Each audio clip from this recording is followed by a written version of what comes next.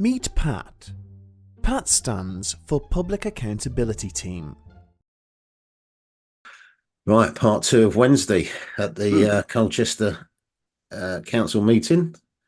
So in the last one we saw David, and we had a chat about David Chavalambus with the leader of the council. I'm up next, so I'll just get straight into mine and play mine, and then we'll have a chat. Because David, the leader of the council, gives one of his fantastic answers again. But let's just line that up. Here we go. Right. Good afternoon, Brian. You have 3 minutes. Good afternoon. Very polite. I'm here today to acknowledge the importance of this council and good decisions. This is more than a meeting. It's a recognition of public service and the impact you have on our families and future generations. We all want for a good future for our loved ones and our environment.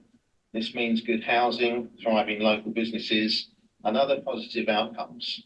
Even a small chance of incorrect information can lead to wrong decisions with serious consequences for everyone. Certain studies in the 1970s called global cooling, and the mass media then suggested that we be subject to an ice age in the next 20 years. Can you imagine how the world would look if decisions had been based upon that information? No investing in the Tiptree Jam factory. Fruit won't be there after all, and instead family invested in, say, solar heat conversions to protect the homes. After all, isn't it all about jam tomorrow? History is full of poor decisions based on faulty information, asbestos, DDT, thalidomide, and now blood poisoning. All examples where better decisions could have been made if all the available information had been available and presented clearly. So to assist us all, to assist all of us in coming to the right decision, an important public meeting is happening in which all the important parties are invited. And yes, you are the one of those important parties. The spirit of this meeting is one of collaboration. We're working together to protect our future community in avoiding bad decision making. It would be wise to take advantage of this opportunity to hear from 2 UN credentialed climatologists. They will present crucial evidence to help us avoid making poor choices that could haunt us and whose consequences will be felt by all our families yet to come. As we are all aware, the need for an open meeting to examine evidence was agreed both privately and publicly, and is necessary if we are to act upon the right information. We look forward to your attendance. Thank you. Thank you. Councillor King, would you like to respond, please? Thank you very much. Thank you, Brian. We've corresponded on this a couple of times at least, and we've spoken too. And I'll try to carry to you the view of the Chamber as well as just my own, which is, as for the previous item, we will go with the science and the data, acknowledging that can and has changed, and that there is an appropriate scepticism for some issues in life, and you've given us some illustrations. As to open and public meetings, I've explained to you before there's a real challenge with that. We work in a structured way, as you observe today, and we have committees and panels through to which specialist business issues can be debated. That's the way we work. I undertook, and it's still the case, that we would explore with others, we can't do it here ourselves, whether there was a scope for a public meeting. I have nothing more to say on that at this time, but I acknowledge that that question is open and we'll come back to you. Thank you. Thank you. Would you like to respond? Yeah, all I've got to say is the invitation's there. Don't miss it. Well, what is he saying again? Does he not understand what I've just said? There was something in what he said that it kind of occurred to me at the time while he was sort of saying it was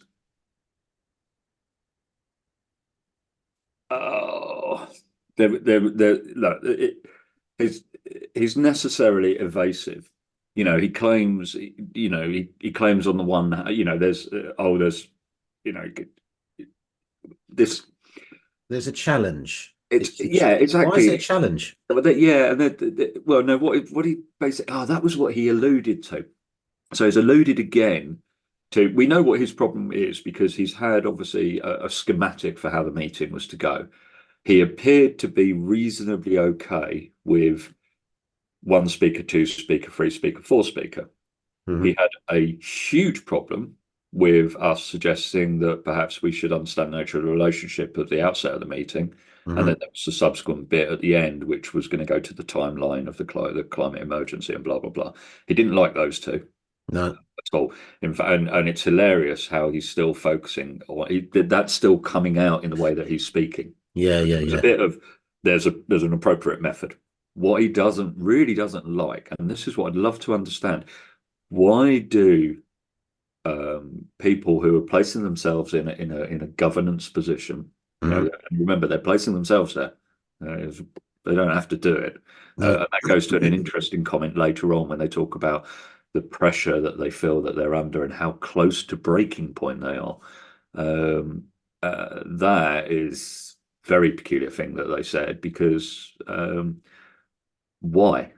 And equally it goes to the fact that if you don't like it, you can remove yourself. You don't have to stay there. But it really speaks to the fact that they know they're doing wrong. Where does pressure come? It comes from bad decision making, and this is all about making the right decisions. Some of the science aside, but there's a real he's got a real big problem with that. Can we please have a look at our governance arrangements? 15-minute slot that we want to do at the start of the meeting. He won't ever proceed on that basis. Why? Because what comes through really clearly, actually, with the guy, and it comes through in the way that I was talking to him, and when he came back with his nonsense, there, the word that they're missing here, or the word they don't want to admit to, is simply control. Absolutely. And that whole kind of blur that he gave was really all about control. He's fabricated. He's basically putting roadblocks where there aren't any. Why? Yeah. Well, we've already got a venue. It's like you're saying, we've already got we've done it all. Well, we'll do it. The whole thing about what I said was we're doing it. It's done. Yeah, you don't have to do anything apart from turn up, open your ears, listen. Yeah. Right? Take away what you want. And therein lies the problem. Why? Because the more that they're forced into a position of having to listen. Remember, this is a direct consequence of their act, and this is why you get some resistance here. Why? Because they've done something, and in retrospect, what have they done? They've done something on the basis of being told to do it. They've never applied their mind. He talks about evidence. We've been asking for what, a year and a half. Can we have the evidence you base a decision on? Yeah. Zero. So it's always been pretty transparent. They do as they're told. Yeah. And when you try to point that out to them, even though we're trying not to necessarily point it out to them, but it's a fact. It's a simple fact. You did something on the basis of somebody telling you to do it and telling you that there's just reason. You never examined the veracity of those claims.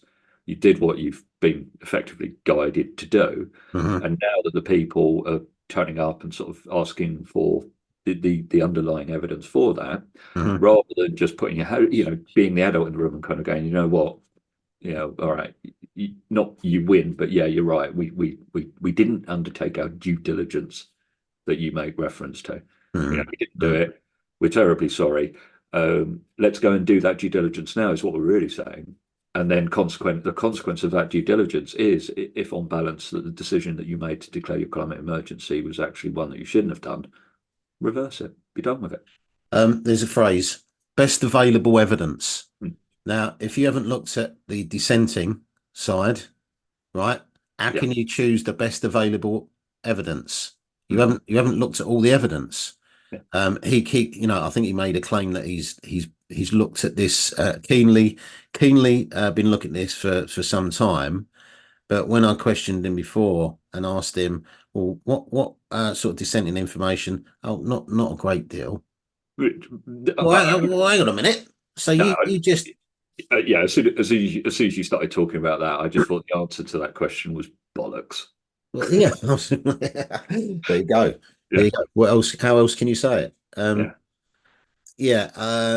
Okay, but listen, the strong point is that we've gone in there. We've been extremely polite. you know, it is all about us, and they are important in as much as, yes, they're going to make decisions based on, well, we're trying to find out what you basing your bloody decisions on, because we keep asking you and you keep not telling us, right? So now they're going to be given the opportunity. We're going to organise this public event up at Colchester, hopefully within the next 8 weeks.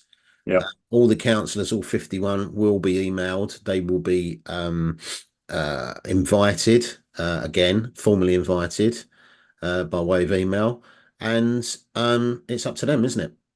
We're going to go ahead. So if you want to be there, To be fair, it'll be interesting to see who turns up. it will be, of course. You know, because obviously they're the ones that, you know, I'm maybe interested. they're the ones that are moving into the place whereby, you know, that they can hopefully see that we're not being unreasonable.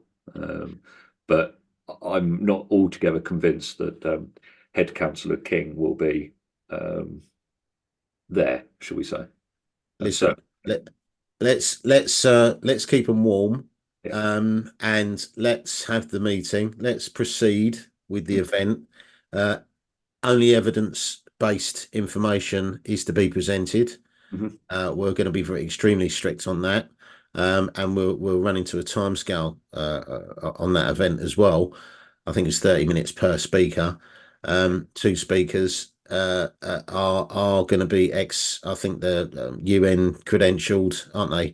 Climatologists or to that stamp, and you know, We'll see what they've got to say. Yeah. Well, yeah, exactly. Well, I want to know what they got to say. You and me both. You know, for what it's worth, I'm not a climatologist. Nor am I. But if I was a councillor, I'd be turning up and listening. Yeah, you would have thought. There you go. Right. Meet Pat. Pat stands for Public Accountability Team.